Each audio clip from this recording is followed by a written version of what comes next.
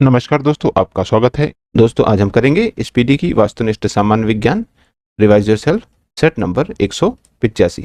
तो चलिए दोस्तों, फिर शुरू करते हैं। पहला प्रश्न, क्लोरोफिल में पाए जाने वाला तत्व कौन है? दोस्तों, क्लोरोफिल में पाए जाने वाला तत्व मैग्नीशियम है। अगला प्रश्न, प्रश्न नंबर 2, सबसे कम तरंगदैर्ध्य किस किरण की होती है? दोस्तों, इनमें सबसे कम तरंगदैर्ध्य गामा किरण की होती है। अगला प्रश्न, प्रश्न नंबर 3, श्वेत क्रांति का संबंध किससे है? दोस्तों, श्वेत क्रांति का संबंध दूध उत्पादन से है। अगला प्रश्न, प्रश्न नंबर 4, दूध में दूसरा सबसे बड़ा तत्व कौन है? दोस्तों, दूध में दूसरा सबसे बड़ा तत्व वसा है। अगला प्रश्न, प्रश्न नंबर 5, विज्ञान की वह शाखा जिसके अंतर्गत सूक्ष्म जीव जैसे जीवाणु एवं विषाणु का अध्ययन किया जाता है, क्या कहलाती है? दोस्तों, विज्ञान की वह शाखा जिसके अंतर्गत सूक्ष्म जीव जैसे जीवाणु एवं विषाणु का अध्ययन किया जाता है, माइक्रोबायोलॉजी कहलाती है। अगला प्रश्न, प्रश्न नंबर 6, वातावरण में कार्बन डाइऑक्साइड की प्रतिशत मात्रा कितनी होती है? दोस्तों, वातावरण में कार्बन डाइऑक्साइड की प्रतिशत मात्रा 0.03% होती है। अगला प्रश्न, प्रश्न नंबर 7, जैव विविधता का अंतर्राष्ट्रीय वर्ष क्या था? दोस्तों, जैव विविधता का अंतर्राष्ट्रीय वर्ष 2010 था। अगला प्रश्न, प्रश्न नंबर 8, लैक्टोबैसिलस सूक्ष्म जीवी किसमें होता है? दोस्तों, लैक्टोबैसिलस सूक्ष्म जीवी दूध में होता है। अगला प्रश्न, प्रश्न नंबर 9, प्लेग किससे फैलने वाली बीमारी है? दोस्तों, प्लेग जीवाणु से फैलने वाली बीमारी है। अगला प्रश्न, प्रश्न नंबर 10, विज्ञान की वह शाखा जिसके अंतर्गत मोलास्का संघ के जीवों व कवचों का अध्ययन किया जाता है, क्या कहलाती है? दोस्तों, विज्ञान की वह शाखा जिसके अंतर्गत मोलास्का संघ के जीवों व कवचों का अध्ययन किया जाता है, मेलेकोलॉजी कहलाती है। अगला प्रश्न, प्रश्न नंबर 11, हम दलदली सड़क पर किसकी कमी के कारण फिसलते हैं? दोस्तों, हम दलदली सड़क पर घर्षण के कारण फिसलते हैं। अगला प्रश्न, प्रश्न नंबर 12, टिटनेस किसके कारण होता है? दोस्तों, टिटनेस बैक्टीरिया के कारण होता है।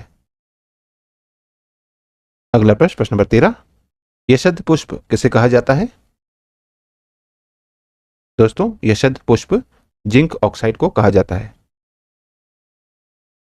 अगला प्रश्न, प्रश्न नंबर 14, साबुन या डिटर्जेंट का घोल कैसा होता है? दोस्तों, साबुन या डिटर्जेंट का घोल अम्लीय होता है। अगला प्रश्न, प्रश्न नंबर 15, ओजोन परत किस किरण को अवशोषित करती है? दोस्तों, ओजोन परत पराबैंगनी किरण को अवशोषित करती है। अगला प्रश्न, प्रश्न नंबर 16, चुंबक रक्षक किसके टुकड़े के होते हैं? दोस्तों, चुंबक रक्षक नर्म लोहे के टुकड़े के होते हैं। अगला प्रश्न, प्रश्न नंबर 17, विज्ञान की वह शाखा जिसके अंतर्गत 2 माह से कम आयु के बच्चों का अध्ययन किया जाता है, क्या कहलाती है? दोस्तों, विज्ञान की वह शाखा जिसके अंतर्गत 2 माह से कम आयु के बच्चों का अध्ययन किया जाता है, नियोनेटोलॉजी कहलाती है। अगला प्रश्न, प्रश्न नंबर 18, जिस स्थान पर भूकंप आता है ठीक उस बिंदु को क्या कहते हैं? दोस्तों, जिस स्थान पर भूकंप आता है ठीक उस बिंदु को केंद्र कहते हैं। अगला प्रश्न, प्रश्न नंबर 19, बोरेक्स किसका अयस्क है? दोस्तों, बोरेक्स सोडियम का अयस्क है। अगला प्रश्न, प्रश्न नंबर 20, ऑटोमोबाइल में पीछे का ट्रैफिक देखने के लिए किस प्रकार का दर्पण प्रयुक्त होता है?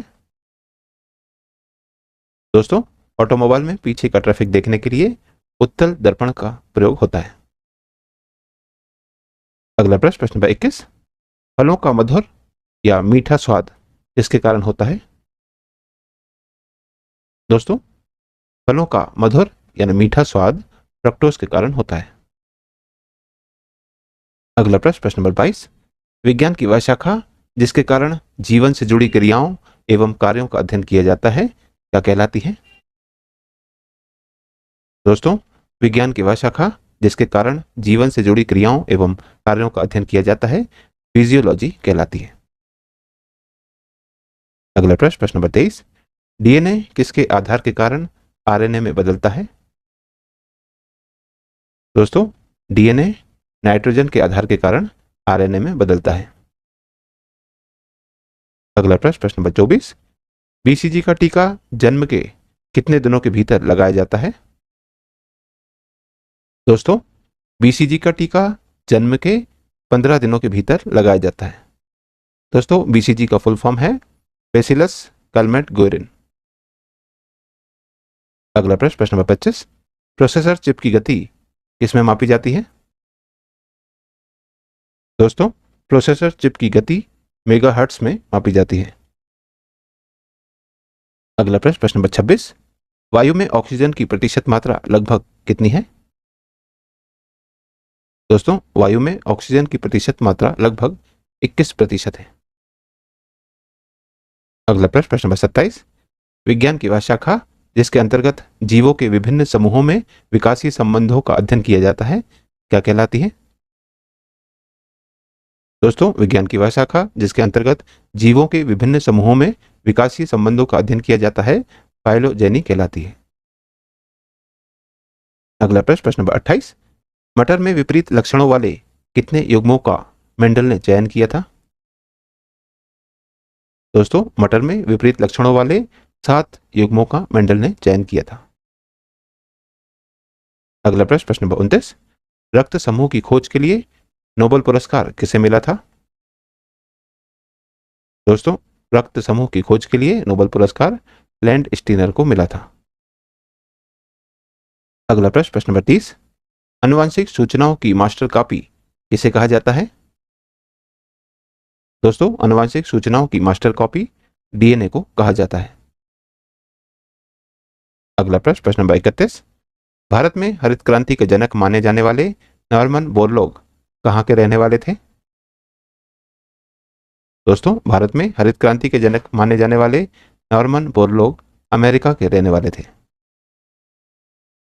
अगला प्रश्न, प्रश्न नंबर 32, विज्ञान की वह शाखा जिसके अंतर्गत ट्यूमर जैसे कैंसर का अध्ययन किया जाता है क्या कहलाती है? दोस्तों, विज्ञान की वह शाखा जिसके अंतर्गत ट्यूमर जैसे कैंसर का अध्ययन किया जाता है ऑन्कोलॉजी कहलाती है। अगला प्रश्न, प्रश्न नंबर 33, कैलामाइन किसका अयस्क है? दोस्तों, कैलामाइन जस्ते का अयस्क है। अगला प्रश्न, प्रश्न नंबर 34, रेडियोधर्मी पदार्थ का आधा जीवन काल कितने दिनों का होता है? दोस्तों, रेडियोधर्मी पदार्थ का आधा जीवन काल 70 दिनों का होता है।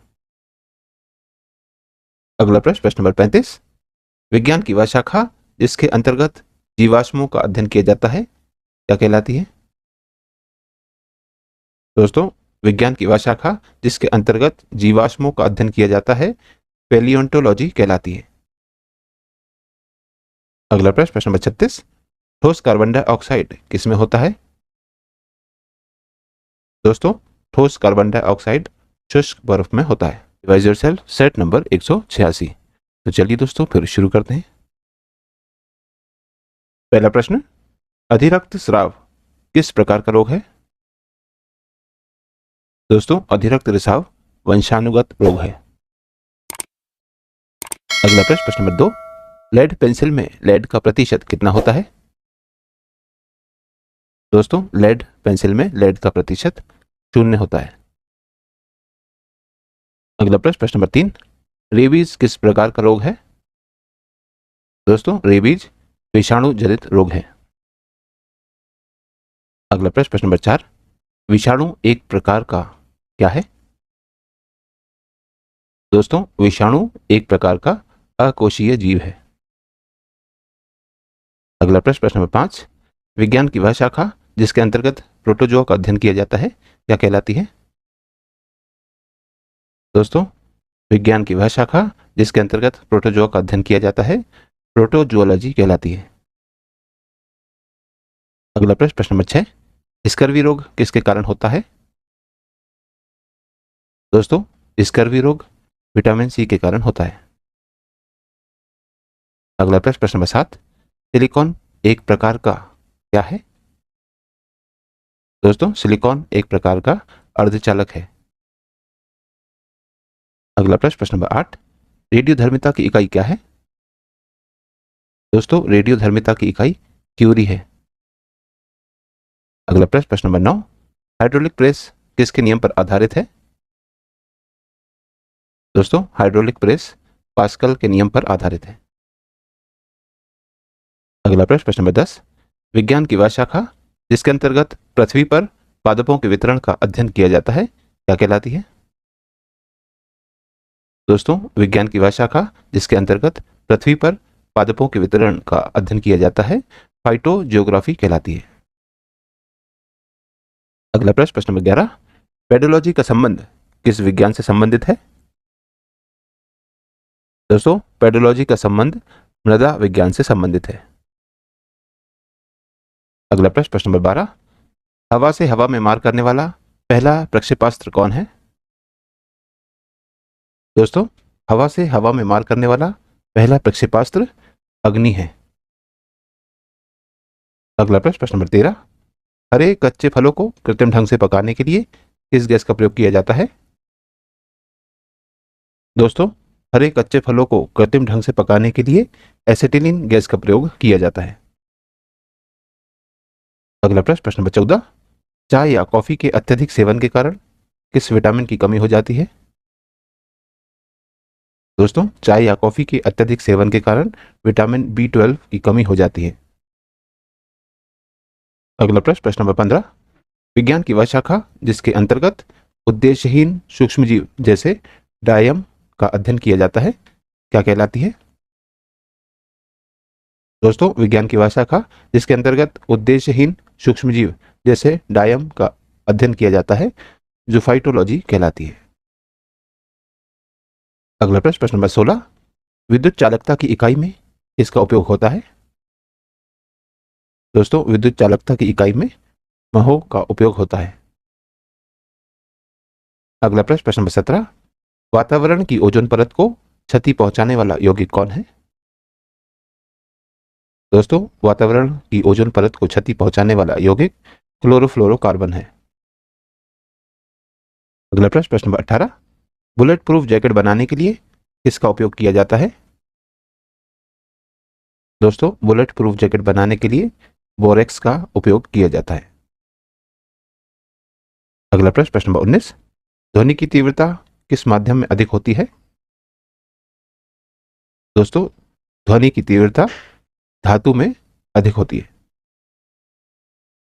अगला प्रश्न, प्रश्न नंबर 20, लैंप की बत्ती में तेल ऊपर किस घटना के कारण चढ़ता है?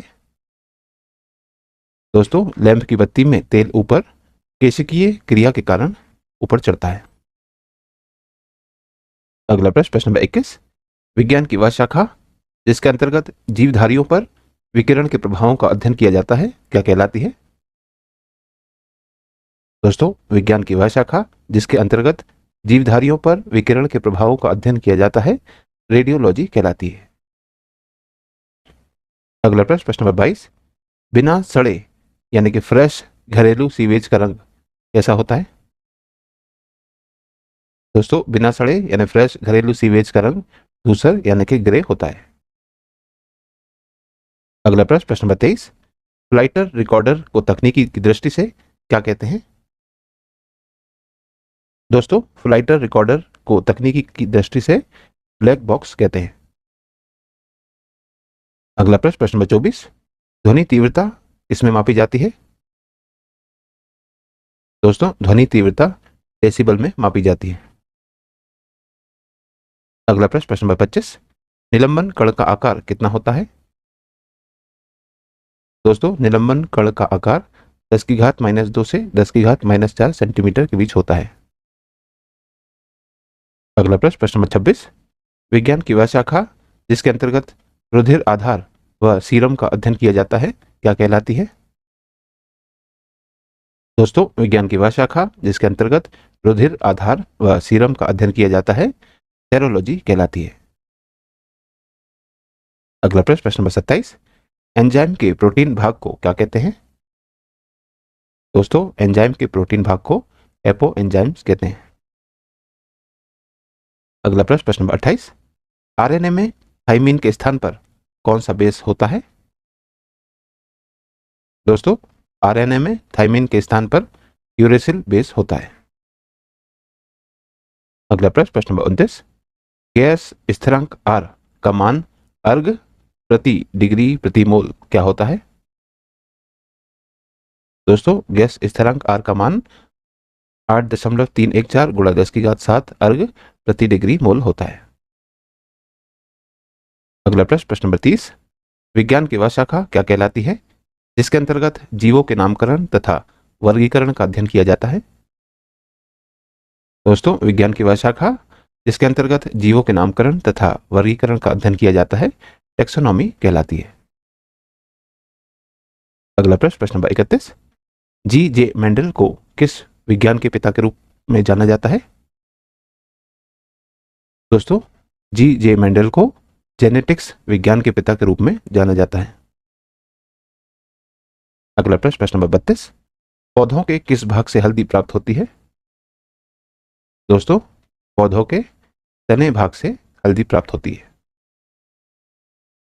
अगला प्रश्न, प्रश्न नंबर 33, किस ताप पर जल और बर्फ क्रिस्टल साम्यावस्था में होते हैं? जब इस प्रणाली पर दाब प्रयुक्त किया जाता है तो बर्फ का अधिक भाग जल बन जाता है। दोस्तों वह ताप है 0 डिग्री सेल्सियस ताप पर जल और बर्फ क्रिस्टल साम्यावस्था में होते हैं। जब इस प्रणाली पर दाब प्रयुक्त किया जाता है तो बर्फ का अधिक भाग जल बन जाता है। तो दोस्तों आज की इस प्रश्नावली में कुल 33 प्रश्न थे जो हमारे द्वारा पूर्ण कर लिए गए हैं। और दोस्तों यदि आप इस YouTube चैनल पर नए हैं तो चैनल सब्सक्राइब कर लीजिए, वीडियो को लाइक किया कीजिए तथा इसे अन्य लोगों के साथ भी शेयर कीजिए। दोस्तों मिलते हैं अगले वीडियो में अगली प्रश्नावली के साथ, तब तक के लिए नमस्कार।